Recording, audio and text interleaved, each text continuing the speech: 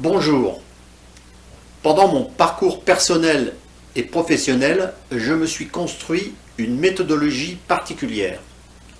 Lors de ma première période universitaire, j'ai compris l'importance d'une charpente conceptuelle pour bâtir un projet et le faire comprendre.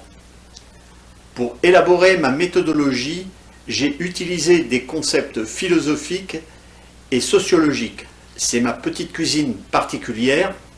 Ce montage théorique ne répond sûrement pas aux définitions savantes, mais je ne suis pas un intellectuel et je ne prétends pas l'être.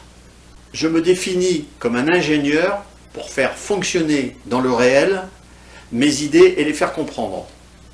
L'important, c'est d'expliquer le sens que je mets sur les mots pour concrétiser la démocratie implicative. Le temps et le chemin que cela prendra sont sans importance. Jaurès disait « Il n'est pas utile d'être assuré de la victoire pour engager le combat ». Ma méthodologie repose sur 3 phases. La première, de conception et de création, concerne uniquement le porteur de projet qui dispose d'une idée. Pendant cette période, j'utilise la phénoménologie et son outil particulier, la réduction phénoménologique. Le principe en est assez simple. À partir de l'idée, il faut en extraire l'essence qui permettra d'être compris. C'est un peu comme en cuisine, la réduction d'une sauce pour en extraire et concentrer les saveurs. Prenons un exemple, celui des Jeux pyrénéens de l'aventure. L'idée globale était d'organiser une manifestation sportive internationale dans les Pyrénées pour porter sur le long terme la communication du massif et assurer la promotion des professionnels pyrénéens face aux Alpes. C'est une idée difficile à expliquer.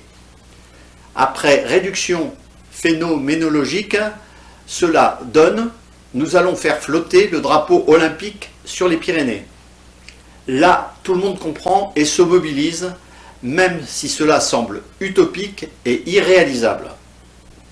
Cette présentation simple a servi de visualisation et de moteur à la réalisation des Jeux pyrénéens de l'aventure. La deuxième phase utilise le structuralisme pour préparer le projet avec une petite équipe et lui donner son sens. L'une des valeurs fondamentales du structuralisme est de privilégier la dimension collective sur l'intérêt individuel. Cela répond à la citation de John Kennedy « Ne vous demandez pas ce que votre pays peut faire pour vous, demandez-vous ce que vous pouvez faire pour votre pays ».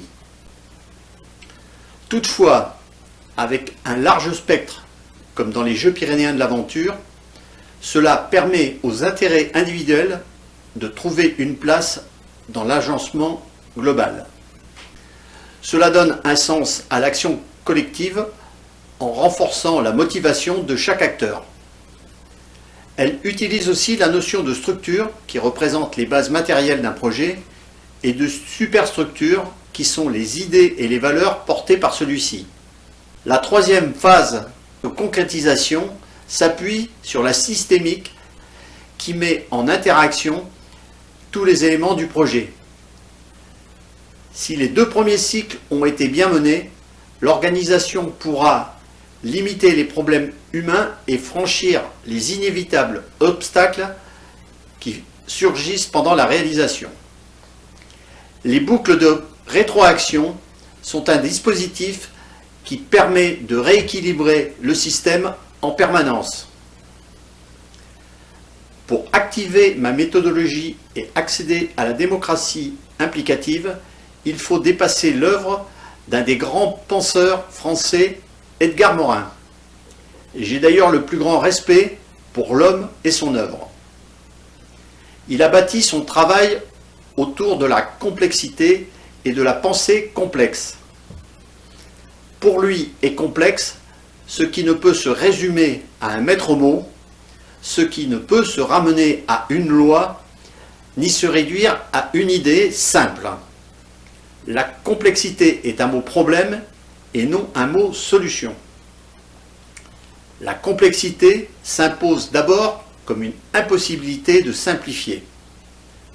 Je conteste cette position car je pense que la complexité peut se réduire. Il y a de nombreux exemples. La première cellule du corps humain dispose déjà de toutes les informations nécessaires à son développement. Au final, Internet n'est qu'une succession de 1 et de 0. Comme lui, je pense que la complexité n'est pas la complication. Mais là encore, j'ai une approche différente. Edgar Morin évoque leur rapport sous cette forme. Complexité et complication ne sont pas deux données antinomiques et ne se réduisent pas l'une à l'autre. La complication est l'un des constituants de la complexité. Pour moi, la complication est une affection de la complexité qui entrave son fonctionnement et le détruit petit à petit. Je pense qu'un système complexe peut se réformer, c'est impossible pour un système compliqué. Notre modèle de gouvernance est devenu compliqué et inextricable. C'est pour cette raison qu'il doit être refondé sur de nouvelles bases. C'est l'objectif de la démocratie implicative. Pour la conceptualiser et la mettre en place, il faut apprivoiser et organiser la complexité. Je ne crois pas que la complexité soit un mot problème, mais un mot compagnon, avec lequel il nous faut marcher dans un monde complexe. Bien sûr, vous pouvez acheter mon livre « En marche vers la démocratie implicative ». Sur mon site, vous retrouverez de nombreux documents qui expliquent ma démarche. Vous pouvez aussi aller sur ma chaîne YouTube où vous retrouverez l'ensemble des vidéos que j'ai réalisées. N'hésitez pas à partager cette vidéo sur les réseaux sociaux. Je vous remercie. À bientôt.